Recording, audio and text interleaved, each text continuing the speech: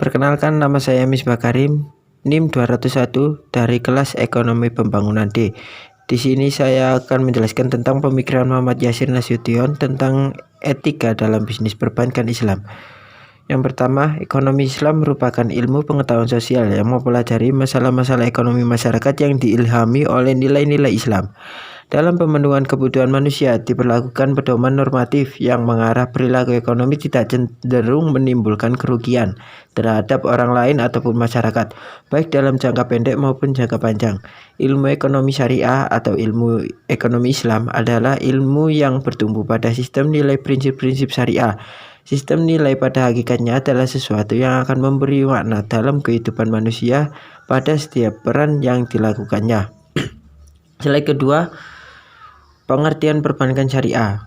Perbankan syariah adalah lembaga bisnis yang berbasis syariah. Bisnis perbankan syariah sering diartikan sebagai bisnis atas dasar kepercayaan. Pemikiran ini berasal dari logika dan konsekuensi fungsi bank sebagai lembaga intermediasi. Berikutnya ada etika perbankan Islam.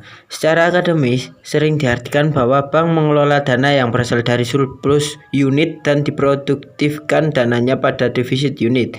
Dari sisi aktiva, bank menggunakan dana pihak lain untuk dipinjamkan, sedangkan dari sisi pasiva, bank menerima uang dari pihak lain.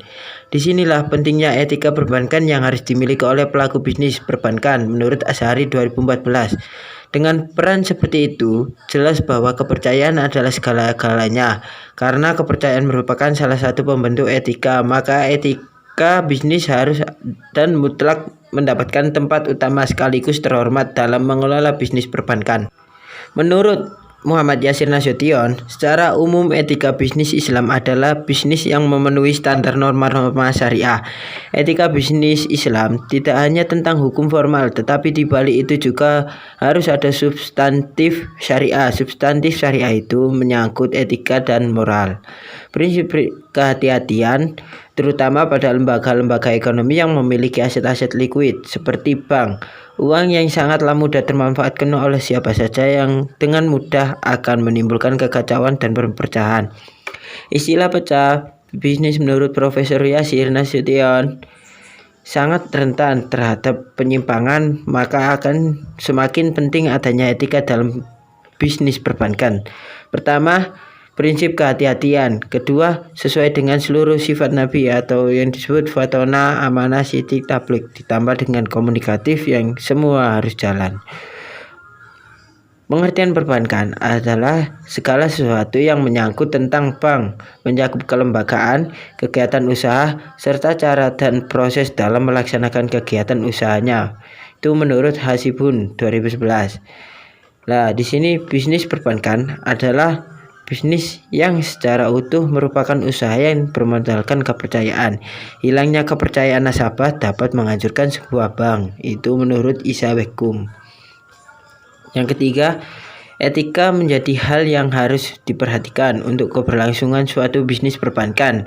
Etika perbankan merupakan kebiasaan yang baik atau peraturan-peraturan baik tertulis maupun tidak tertulis dalam dunia perbankan yang diterima dan ditaati oleh bankir-bankir di negara kita dan kemudian mengendap menjadi normatif dalam perilakunya.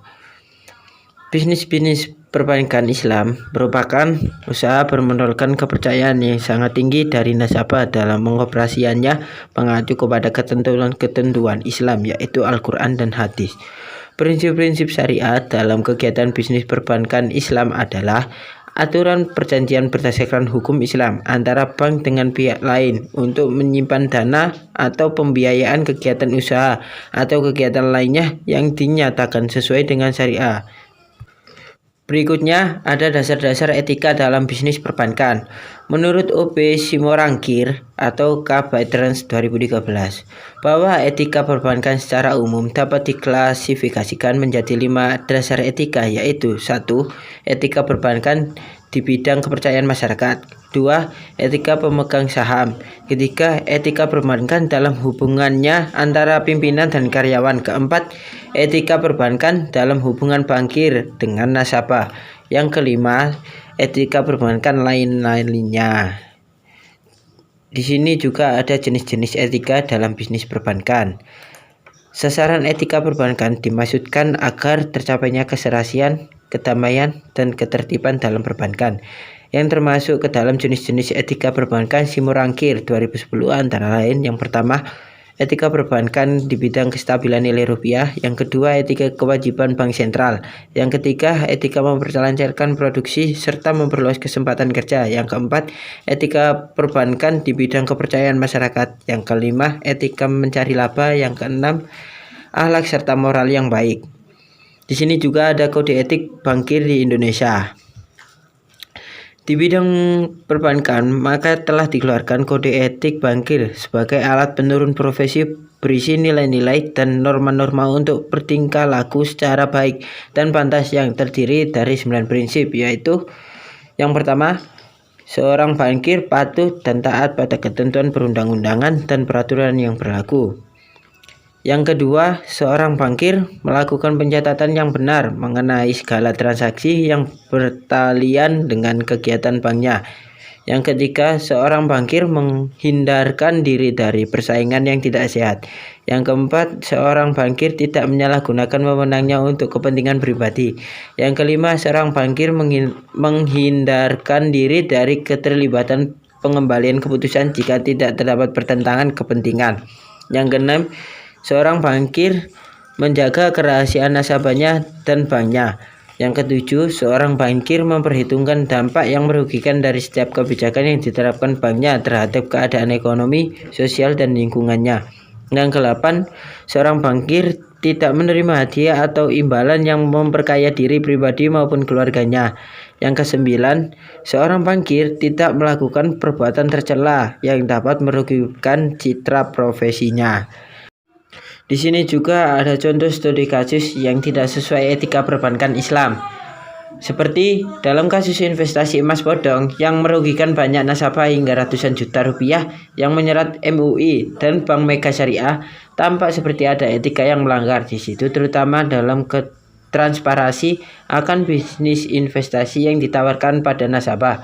Bagaimana tanggapan terkait dengan kasus itu dilihat dari sisi etika Islam?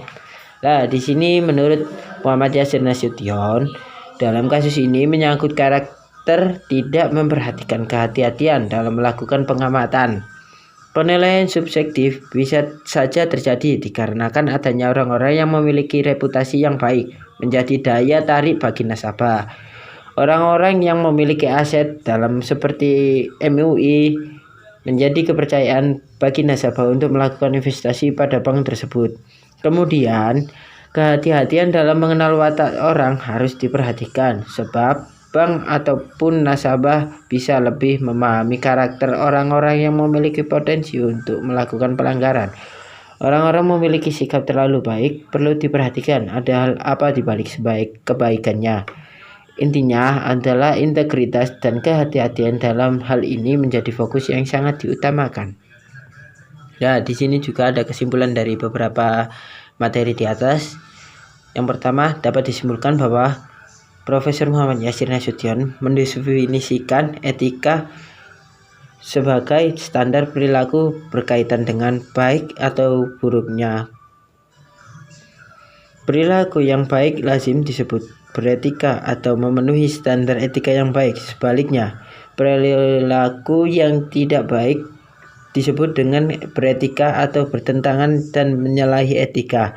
Penerapan etika dalam bisnis perbankan Islam sangat penting karena bisnis perbankan Islam adalah bisnis yang liquid, yang artinya di dalam perbankan Islam terdapat pengelolaan uang nasabah yang seharusnya diawasi dan diperhatikan secara hati-hati. Etika akan terbentuk sebagai budaya kerja di dalam perbankan Islam apabila hati setiap pelaku bisnis memahami bahwa segala kegiatan yang dilakukan di dalam lembaga tidak terikat hanya pada hukum formal yang berlaku di dalam lembaga, tetapi juga harus memahami dan menerapkan substansif syariah, mengedepankan integritas dan profesionalitas, serta memperhatikan prinsip kehati-hatian adalah fokus yang harus diutamakan dalam menjadikan etika sebagai budaya kerja.